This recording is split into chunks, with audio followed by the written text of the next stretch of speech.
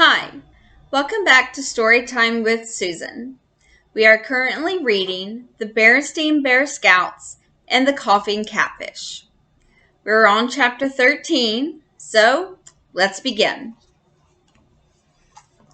Chapter 13, Weak in the Knees. When Actual Factual opened the closet to get out the scuba gear, a strange smell filled the cabin. "What's that smell?" said Brother. "Gator repellent," said Actual Factual.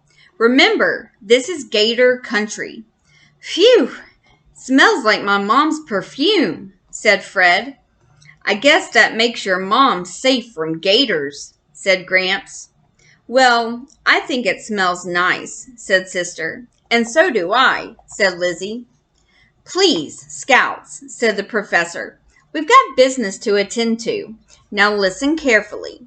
There's no time to go into the science of diving, buoyancy theory, pressure factors, nitrogen sickness. We can do all that later. For now, I'm just going to show you the equipment and demonstrate how to use it safely."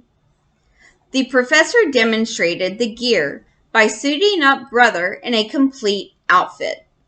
It included wetsuit, air tank, face mask, flippers, and life vest. The only thing Brother had trouble with was the vest. When he put it on, it almost knocked him down.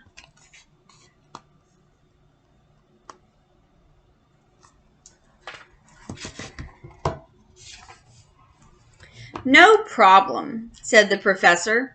"We'll just take some of the lead out." "Lead?" asked Sister.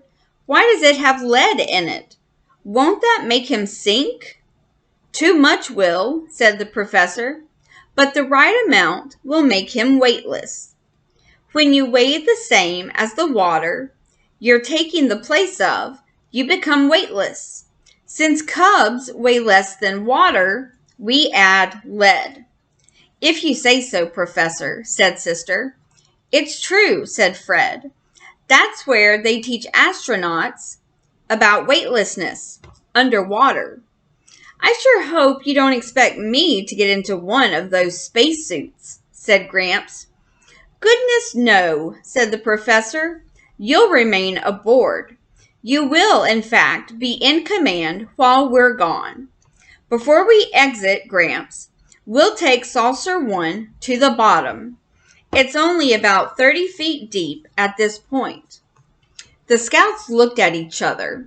They did sort of look like powerful space creatures in their scuba gear. Powerful space creatures who were a little weak in the knees. They weren't weak in the knees because of too much lead. It was from nervousness. Actual Factual looked really scary. He was loaded down with a big underwater flashlight and watertight radio pack. And he was wearing a special underwater wrist compass. He was going down a checklist. "Let's see now. Gear, check. We've already done that. Lights? Oh, yes, Gramps. Be sure to keep the lights on so we can find you when we return. Re-entry signal. We need to signal you to let us back in. Let's keep it simple. I'll knock twice with my flashlight, like this. Knock, knock." "Who's there?" said Sister. "Orange," said Lizzie with a giggle. "Orange who?" said Sister. "Orange you sorry you came on this trip," said Lizzie.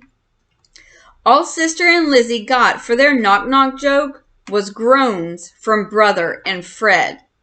"This is not the time for corny jokes," said Brother. "Orange you sorry you came on this trip?" repeated Actual Factual with a puzzled look. "Oh, I get it," he said, laughing. "Not at all, Brother. A little humor relieves the tension." Tension? A better word for terror. "You were talking about getting back in, Professor. Well, I have a question. How are we going to get out? Said Sister. Through the airlock, of course, he said. Well, looks like the scouts are all suited up and ready to go scuba diving. Check out my next video for the next chapter. As always, like and subscribe, and have a good day.